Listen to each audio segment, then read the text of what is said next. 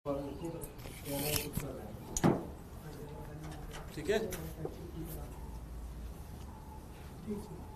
शुरू करें। शुरू करिए सर। नमस्कार दोस्तों, आज 8 फरवरी 2026 है। आज से एक साल पहले 8 फरवरी 2025 को भारतीय जनता पार्टी ने झूठ, चोरी और फर्जीवाड़ा करके दिल्ली में चुनाव जीता।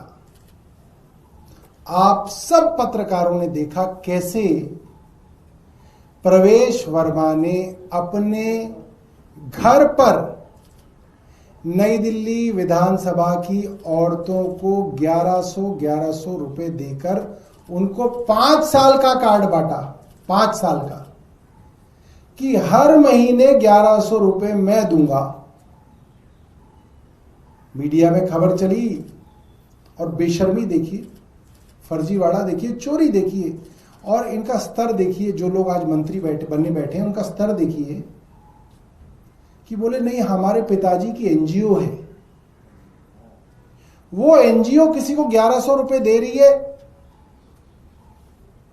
इसमें चुनाव कैसे आ गया, चुनाव आचार संहिता कैसे आ गई? ये तो मेरे पिताजी की एनजीओ दे रही है। तो वो पिताजी की एनजीओ सिर्फ चुनाव से पहले ही थी, उसके बाद उस एनजीओ और पिताजी के नाम दोनों पे बट्टा लगा दिया गया। आप सोचिए, बेशर्मी देखिए, कोई अपने मरे हुए पिता का नाम भी कैसे इस्तेमाल कर सकता है। चुनाव जीतने के बाद वो एनजीओ गायब।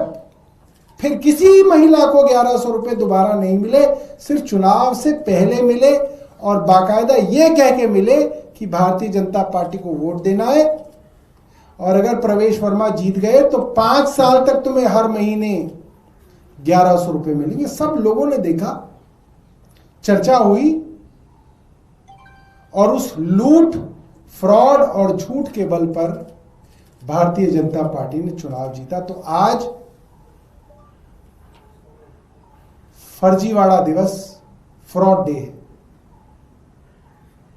फ्रॉड के ऊपर चुनाव जीतने का सबसे पहला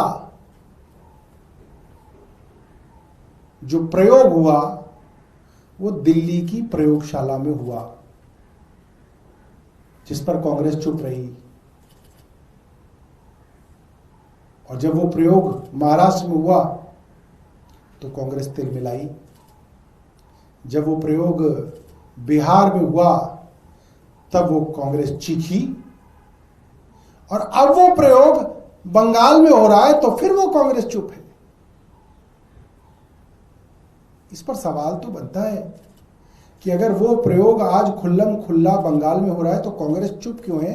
क्या बंगाल देश का हिस्सा नहीं है? क्या दिल्ली देश का हिस्सा नहीं थी? या आपका प्रजातंत्र वहीं तक सीमित है जहां पर आप चुनाव लड़ते हैं, और जहां दूसरा विपक्षी दल चुनाव लड़ता है वहां वो हार जाए तो अच्छा है? दिल्ली में केजरीवाल हार जाए तो अच्छा है, बंगाल में ममता बनर्जी हार जाए तो बहुत अच्छा है। ओछी राजनीति है, नहीं होनी चाहिए। इस ओछी राजनीति के ऊपर भारतीय जनता पार्टी का पहला प्रयोग पिछले साल फरवरी में दिल्ली में हुआ, जिसमें भारतीय जनता पार्टी सफल हुई, मगर लोग हार गए। सिर्फ अरविंद केजरीवाल की विधानसभा का मैं उदाहरण दूं तो जहां पिछले चुनाव में 1,48,000 वोट थे, तो इस चुनाव तक आते आते 1,06,000 वोट रह गए, यानी कि 42,000 वोट काटे गए। और उसके बाद 10,000 नए वोट बनवाने के लिए एप्लीकेशंस डाली गई, 8-7 हजार वोट काटने की एप्लीकेशन डाली गई। वो तो आप सब लोगों को मालूम है। जूते भी बटे, चप्पल भी बटी, सोने की चेन भी बटी, साड़ियां भी बटी, टीवी के कैमरों के सामने बटी, देश की राजधानी में बटी, और चुनाव आप लोगों के सामने लूट लिया गया। आज उस फर्जीवाड़े की, उस फ्रॉड दिवस की पहली सालगिरह है और मैं आप सबको इस फर्जीवाड़े की शुभकामनाएं देना चाहता हूं। एक दूसरा विषय है, जनकपुरी के अंदर कमल ध्यानी नाम का 25 वर्षीय युवा रोहिणी से चला घर की तरफ, गड्ढा था, गड्ढा दिखा नहीं, कोई बैरिकेड नहीं था, गिर गया, रात भर पड़ा रहा, पता नहीं कब गुजर गया। अभी तक पोस्टमार्टम रिपोर्ट नहीं आई है। ज्यादातर मामलों में 24 घंटे के अंदर पोस्टमार्टम रिपोर्ट आती है। आप लोग तो ज्यादा कवर करते हो मुझसे। 6 तारीख को पोस्टमार्टम हुआ सुबह, आज 8 हो गई, पोस्टमार्टम रिपोर्ट ही नहीं आ रही। छुट्टी पे गई हुई है पोस्टमार्टम रिपोर्ट। जो कॉन्ट्रैक्टर थे के स्पन, उनका नाम हटा दिया गया है। लेबर के पीछे दिल्ली पुलिस दौड़ रही है। मैंने सुना उत्तर प्रदेश में जाके लेबर पकड़ी जा रही है। जो कॉन्ट्रैक्टर है के स्पन, उससे क्या रिश्ता है भारतीय जनता पार्टी की सरकार का? उसका नाम लेने से हलक तक जो है जुबान रुक जा रही है। लेबरों को पकड़ा जा रहा है। चलिए लेबर को भी पकड़ लीजिए। उन मंत्रियों को कौन पकड़ेगा? प्रवेश वर्मा को और आशीष सूद को, जिन्होंने सुबह सुबह वहां पे पहुंच के कैमरे पर झूठ बोला, और आप सबके कैमरे में उनका झूठ मौजूद है, जिसमें उन्होंने कहा बैरिकेडिंग तो थी। प्रवेश वर्मा कह रहे हैं 100-100 मीटर पर पूरी बैरिकेडिंग थी। आशीष सूद कह रहे हैं सुरक्षा के सारे इंतजाम थे। और जो लड़का मरा कमल, उसका भाई करण और उसके परिवार वाले और उसके दोस्त जो वहां पे सुबह सुबह शव को देखने पहुंचे, उन सब ने कैमरे पे कह दिया वहां पे कोई बैरिकेडिंग नहीं थी। वहां बिल्कुल खुला मैदान था, कोई भी आए और उसके अंदर कूद जाए। तो क्या झूठे 2 मंत्रियों के ऊपर कोई कार्रवाई होगी कि इन्होंने लीपापोती करने की कोशिश की, इन्होंने जांच को गलत तरीके से प्रभावित करने की कोशिश की, इन्होंने असली दोषियों को बचाने की कोशिश की? क्या प्रवेश वर्मा और आशीष सूद के ऊपर भी मुकदमा चलेगा? क्या कोई सवाल करेगा? कोई नहीं। अब बात हो रही है कि पुलिस की एफआईआर में आ गया कि बैरिकेडिंग नहीं थी। एक मजदूर है योगेश, उसको ढूंढने पुलिस उत्तर प्रदेश तक गई है। मजदूर का दोष बताया जा रहा है कि मजदूर ने जब सब कॉन्ट्रैक्टर को कहा और सब कॉन्ट्रैक्टर आया तो उन्होंने नहीं बचाया। बिल्कुल मेरे हिसाब से फांसी दे देनी चाहिए। मगर उन 6 पुलिस स्टेशनों का क्या? जिन पुलिस स्टेशनों में 6 पुलिस स्टेशनों में उसके पिता, उसके भाई और उसके दोस्त रात भर घूमे और 6 के 6 पुलिस थानों ने उनकी कंप्लेंट तक दर्ज नहीं करी, डायरी एंट्री तक नहीं की, उनका क्या? और अगर पुलिस स्टेशनों के ऊपर कार्रवाई नहीं हो रही, इसका क्या मतलब है?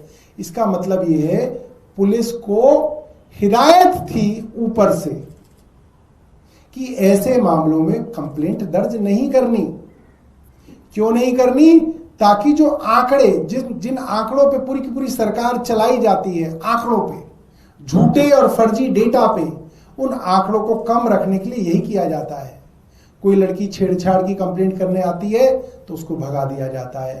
कोई आदमी गुमशुदगी की कंप्लेंट कराने जाता है तो उसको भगा दिया जाता है। लड़ाई झगड़े की कंप्लेंट जाती है तो उसको रफा दफा कर दिया जाता है। ऐसे आंकड़े मैनेज किए जाते हैं।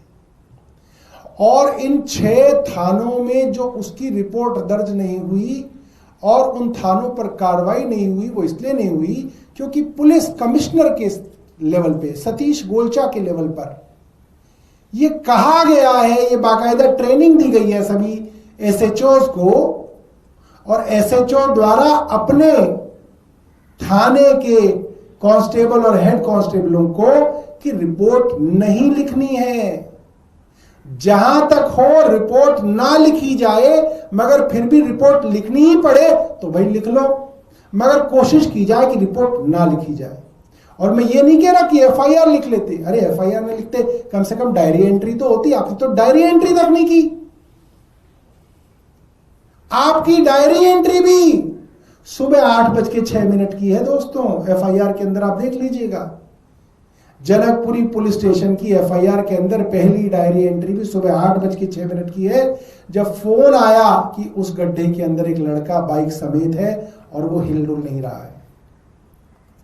तो ऊपर से सतीश गोलचा नीचे एसएचओ को कहते हैं कि कंप्लेंट दर्ज नहीं करनी है। एसएचओ नीचे कहते हैं। अब सतीश गोलचा को कौन कहता है? गृह मंत्री कहते हैं, गृह मंत्री अमित शाह कहते हैं। इसके अंदर कोई अब दो राय नहीं बची। अगर ना होता तो अब तक पुलिस के एसएचओ के ऊपर कार्रवाई हुई होती, और उन पे नहीं हुई होती तो सतीश गोलचा के ऊपर कार्रवाई हुई होती। मगर ना एसएचओ पे कार्रवाई, ना सतीश गोलचा पे कार्रवाई। क्यों?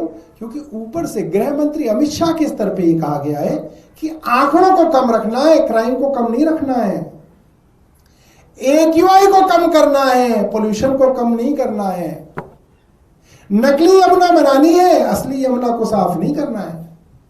ये जो फर्जीवाड़े की लेबोरेटरी है, ये गुजरात से शुरू हुई और आज पूरे देश के अंदर फर्जीवाड़े की लेबोरेटरी है, जिसमें हर चीज फर्जी, हर चीज में फ्रॉड, डेटा के अंदर फजिंग, और सिर्फ डेटा और फ्रॉड आंकड़ों से देश को चलाने की कोशिश की जा रही है। आप सबको फर्जीवाड़ा दिवस और फ्रॉड डे की शुभकामनाएं। कोई आपका प्रश्न हो? Thank you. सौरभ जी, एक ट्वीट सामने आया है असम बीजेपी की तरफ से, जिसमें हेमंत बिस्वा शर्मा, बाद में वो डिलीट कर दिया गया, लेकिन वो एक चर्चा का राजनीतिक विषय बन गया है पॉइंट ब्लैंक करके, और ये बताया जा रहा है कि ये कहाँ से जेनोसाइड या फिर कहें कि आक्रामक है, सही अंदाज में नहीं।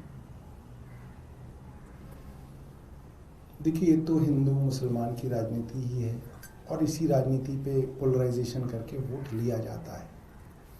हिंदू जो देश में करीब 85% मौजूद है, उसको कह दिया कि तुम खतरे में हो, और जो 15% मुसलमान है उनसे तुम्हें खतरा है।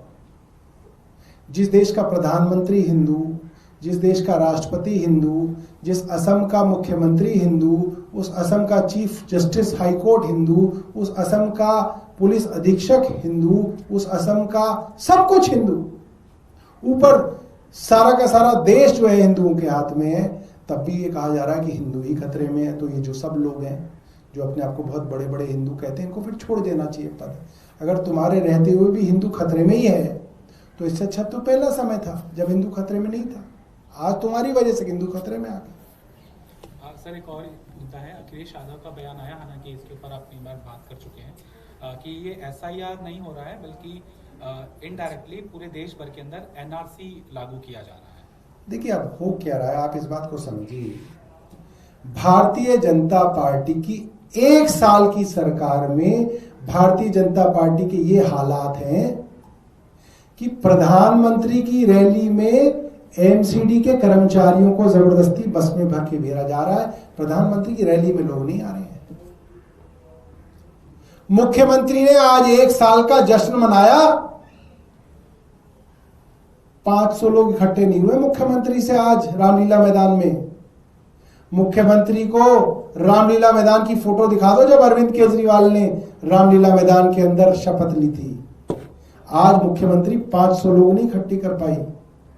तो अब भारतीय जनता पार्टी कह रही है हिंदू विराट सम्मेलन कर लो भाई, और उसमें भारतीय जनता पार्टी की गलती से भी फोटो मत लगा देना। उसमें बाबा साहब अम्बेडकर की फोटो लगाओ, उसमें संत रविदास की फोटो लगाओ, उसके अंदर कहीं छुपा छुपू के भारतीय जनता पार्टी के गोलवलकर की भी लगा दो, मगर बड़े बड़े लोगों की फोटो लगाओ। और किसी को यह मत कहो कि भारतीय जनता पार्टी करा रही है, वरना लोग ही नहीं आते इनके नाम से। भारतीय जनता पार्टी की 4 इंजन की सरकार के ये हालात हैं आज भारत की राजधानी में कि भाजपा की रैलियों में लोगों ने आना बंद कर दिया। अब विराट हिंदू सम्मेलन करा के लोग इकट्ठे किए जा रहे हैं। हाथ जोड़ के कहा जा रहा है नहीं भाई साहब, ये बीजेपी का इवेंट नहीं है, प्लीज आ जाओ। लोग बीजेपी के इवेंट में नहीं आना चाहते, जा जाके कस्में खानी पड़ रही है बीजेपी वालों को। ना ना ना ना, बीजेपी का इवेंट नहीं है भाई साहब, करा हम लोग रहे बीजेपी वाले, मगर है नहीं हमारा। क्योंकि भारतीय जनता पार्टी से लोगों को विरक्ति हो गई।